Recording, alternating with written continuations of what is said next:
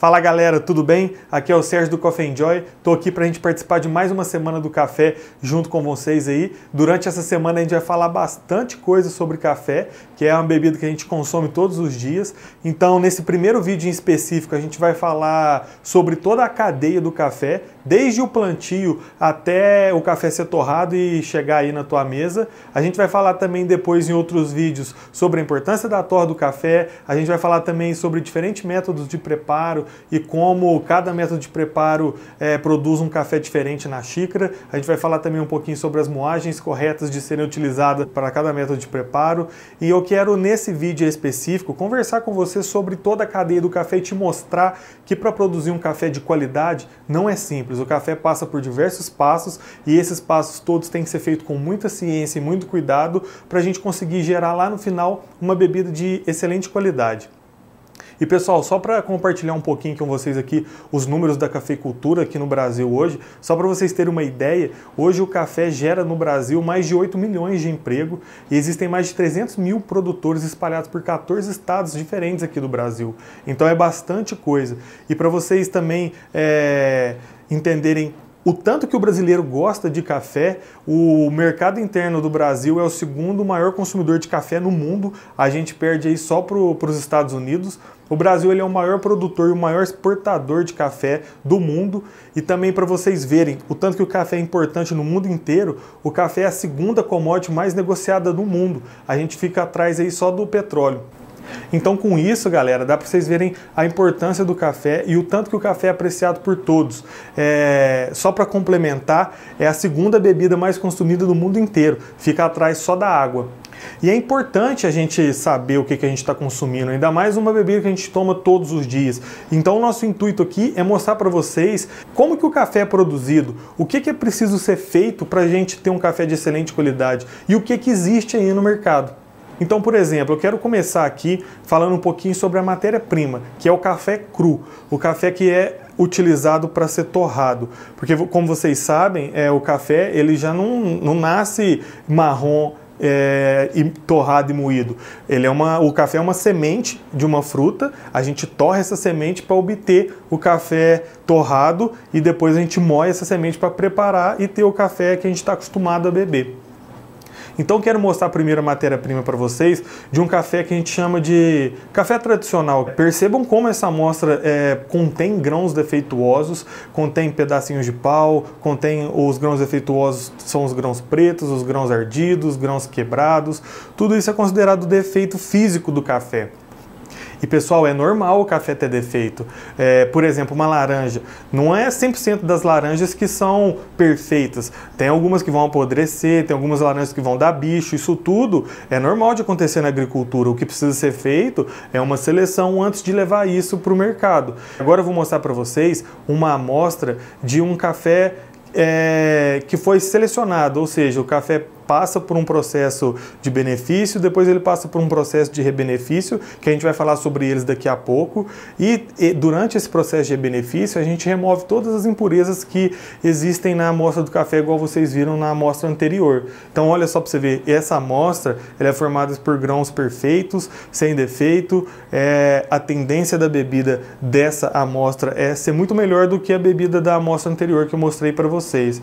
E só olhando assim nessa amostra não dá para falar se esse café especial ou não, porque antes a gente precisa fazer uma análise sensorial também, mas só de ver a qualidade física do café, você já tem uma ideia da diferença.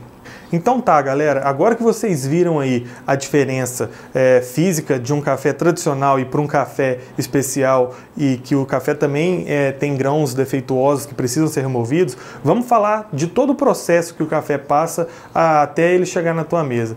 A primeira coisa que acontece é o plantio do café. Antes de falar sobre o plantio, pessoal, eu quero falar aqui também para vocês que existem diversas espécies de café no mundo. E as duas mais exploradas comercialmente aqui no Brasil é a espécie arábica e a espécie robusta, também conhecido como conilon. E quando a gente fala de cafés especiais, a gente está falando de cafés 100% arábica.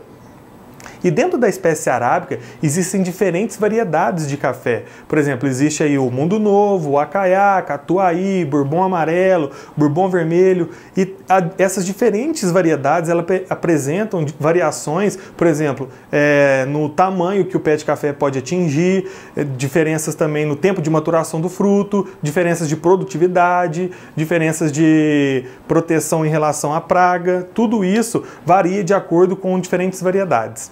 Para fazer o plantio do café, a gente precisa gerar uma muda, e essa muda ela é gerada em viveiros específicos, porque dentro do viveiro a gente controla a temperatura, a muda não é exposta diretamente ao sol igual ela é plantada no campo, e no viveiro a gente controla a irrigação também, ou seja, ela passa um tempo ali dentro do viveiro para ficar forte e também ficar preparada para ser plantada em céu aberto, ou seja, na lavoura de café. Então, depois que a gente produziu uma muda, a gente precisa realizar o plantio. Então, depois que fez a muda, a gente pega essa muda e faz o plantio na lavoura.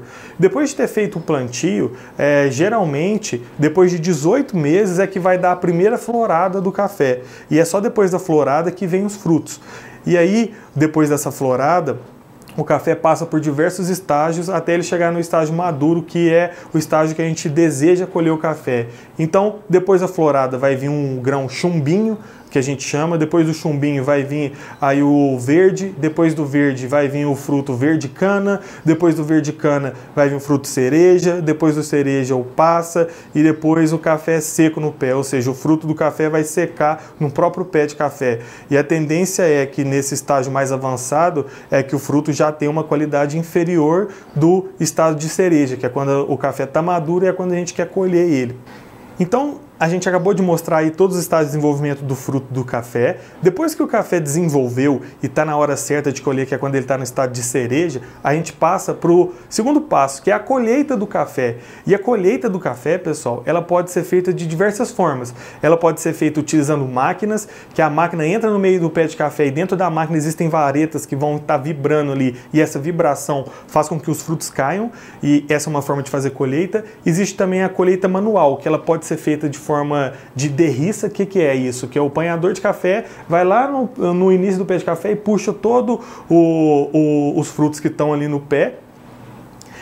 Ou então também pode ser feito utilizando mãozinhas que são automáticas. Essas mãozinhas funcionam como se fosse uma mão de verdade, só que é automatizada. Aí ela tem varetas que entram no pé de café e fica vibrando, e essa vibração também faz com que os grãos de café caiam, e geralmente eles vão cair em um pano.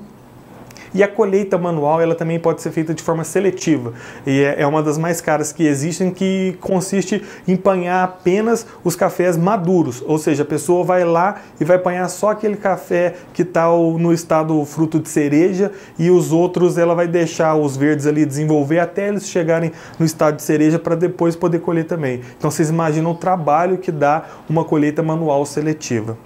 Depois da colheita, tem o processo de pós-colheita. O café é um fruto, a gente precisa perder a umidade desse fruto. A gente precisa chegar em uma umidade entre 11% e 12%. E esse processo de pós-colheita, ele pode ser feito de duas formas. Ele pode ser feito através da via seca e da via úmida. A via seca vai gerar os cafés que a gente chama de naturais, porque os cafés são secos com a casca, e a via úmida vai chamar os cafés que a gente chama de cereja descascado ou cereja despolpado. A diferença é que nos cerejas despolpados, a gente utiliza fermentação, na maioria das vezes utilizando tanques de água, para remover toda a mucilagem açucarada do café ali. Já no cereja descascada, essa mucilagem açucarada fica ali, é só removida a casca do café mesmo. Mas ambos vão para o terreiro secar também depois de ter essa casca removida. E pessoal, essa etapa de pós-colheita é importantíssima. É no pós-colheita que o produtor precisa ter bastante cuidado para não deixar que o café sofra fermentações indesejadas. E essas fermentações indesejadas, se acontecer, vai prejudicar e muito a qualidade da bebida final do café. Então, depois de passar por esse processo de pós-colheita, o café vai passar pelo processo que a gente chama de beneficiamento. O que é o beneficiamento?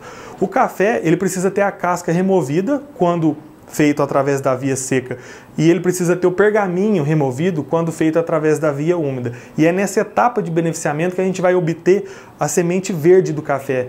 E aí, como que funciona? O café passa por máquinas que elas vão descascar o café que foi preparado através da via seca, que são os cafés naturais, removendo a casca e ficando só o grão verde. E vai remover o pergaminho dos cafés que foram preparados através da via úmida, que é o cereja descascado ou o cereja despolpado.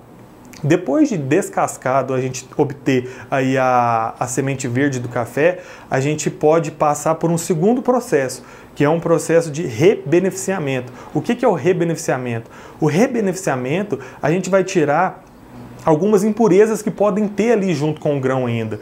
Por exemplo, a gente pode, na etapa de rebeneficiamento, remover os grãos pretos, os grãos ardidos, a gente pode remover pedaços de pau que podem ter ficado ainda, pedaços de pedra que podem ter ficado ainda, e para fazer isso são utilizados diferentes tipos de máquina. Por exemplo, para separar o café, o preto, o verde e o ardido, se utiliza máquinas eletrônicas que separam de acordo com a cor. Então, por exemplo, vai passando aquele tanto de café na máquina, na hora que ela encontra um grão de cor diferente, um grão preto, por exemplo, ela sopra só o grão preto e deixa só os grãos perfeitos passarem. O café também pode ser separado por peneiras. Essas peneiras vão separar os cafés de acordo com o tamanho. Então, quando você compra um café em grãos aí e vê que ele está com um tamanho bem uniforme, os grãos bem parecidos entre eles ali, quer dizer que esse café foi rebeneficiado e separado de acordo com alguma peneira.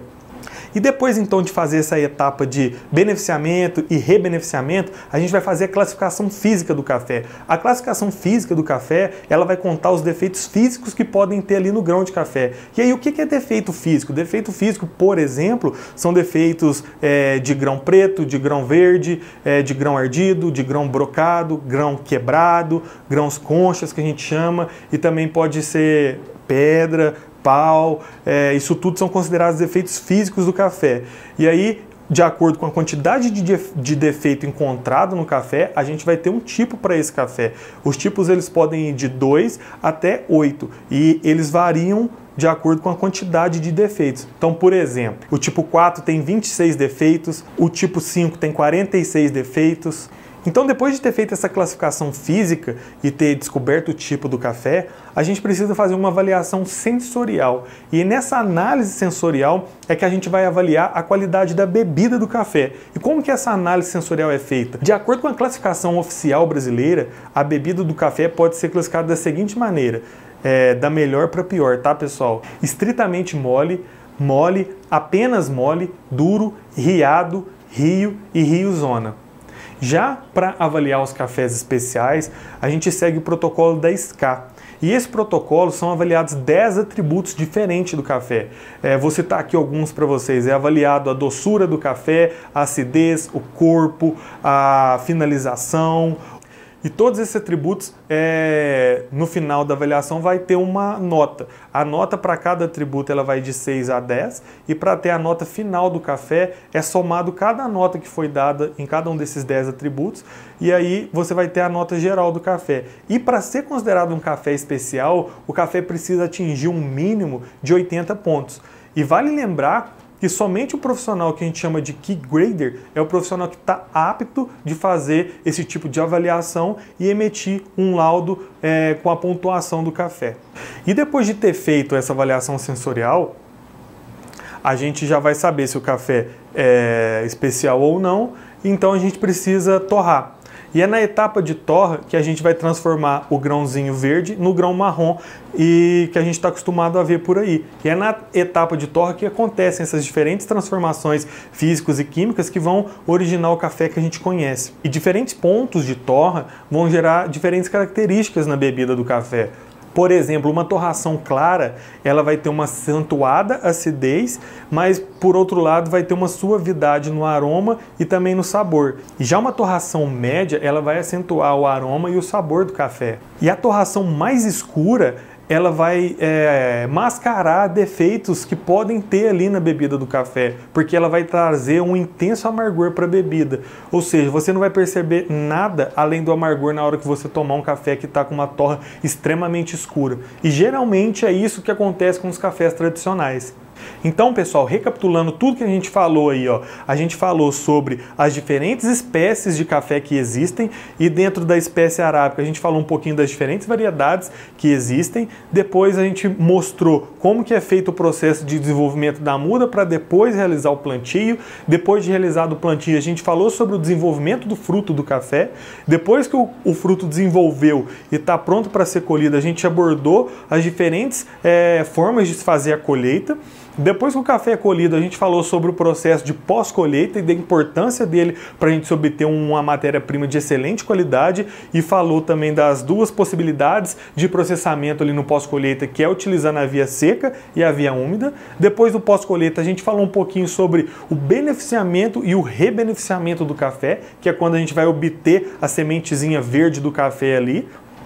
Depois dessas duas etapas a gente falou que tem a classificação física do café, que é onde a gente vai analisar os possíveis defeitos que podem existir ali ainda dentro do café e aí, de acordo com os defeitos encontrados, a gente vai gerar um tipo para esse café. Depois de fazer a classificação física, a gente falou da análise sensorial. A gente falou dos diferentes possibilidades de bebida dentro da classificação oficial brasileira e a gente mostrou também que os cafés especiais são avaliados de acordo com o protocolo da SCA, que avaliam-se 10 atributos diferentes do café, cada atributo vai ter uma nota e o café vai ter uma nota geral somando-se a nota de cada atributo e para ser considerado um café especial ele precisa atingir um mínimo de 80 pontos. Depois de fazer a avaliação sensorial, a gente falou que tem a etapa da torra, que é na etapa da torra que a gente vai torrar o café em larga escala para poder depois distribuir e chegar na casa de vocês aí. Então, pessoal, com esses passos que eu expliquei para vocês aqui, eu espero que tenha ficado um pouco mais claro para vocês o tamanho que é a cadeia e a complexidade da cadeia do café e os cuidados que devem ser tomados para se produzir um café de excelente qualidade. São várias pessoas envolvidas em cada um desses processos, então tudo precisa ser feito com bastante cuidado e muita ciência para que lá no final a gente obtenha uma matéria-prima de excelente qualidade. E com isso também dá para vocês perceberem que cada café é único. Não existe um café igual ao outro, porque diferentes tratos vão gerar diferentes cafés. Cafés plantados em diferentes regiões vão ter características diferentes de cafés plantados em outras regiões. Então cada café é único. E pessoal, valeu aí por vocês estarem com a gente aqui nesse primeiro vídeo. Eu quero pedir para vocês, deixa o like de vocês aí, comentem, compartilhem esse vídeo com os amigos de vocês, com os familiares. Vamos disseminar mais essa informação, porque eu acho que é importante a gente saber tudo que acontece com o alimento que a gente consome todos os dias. Eu espero vocês aí no próximo vídeo, onde a gente vai falar um pouquinho mais sobre a parte da torra do café. Valeu, pessoal, e até mais!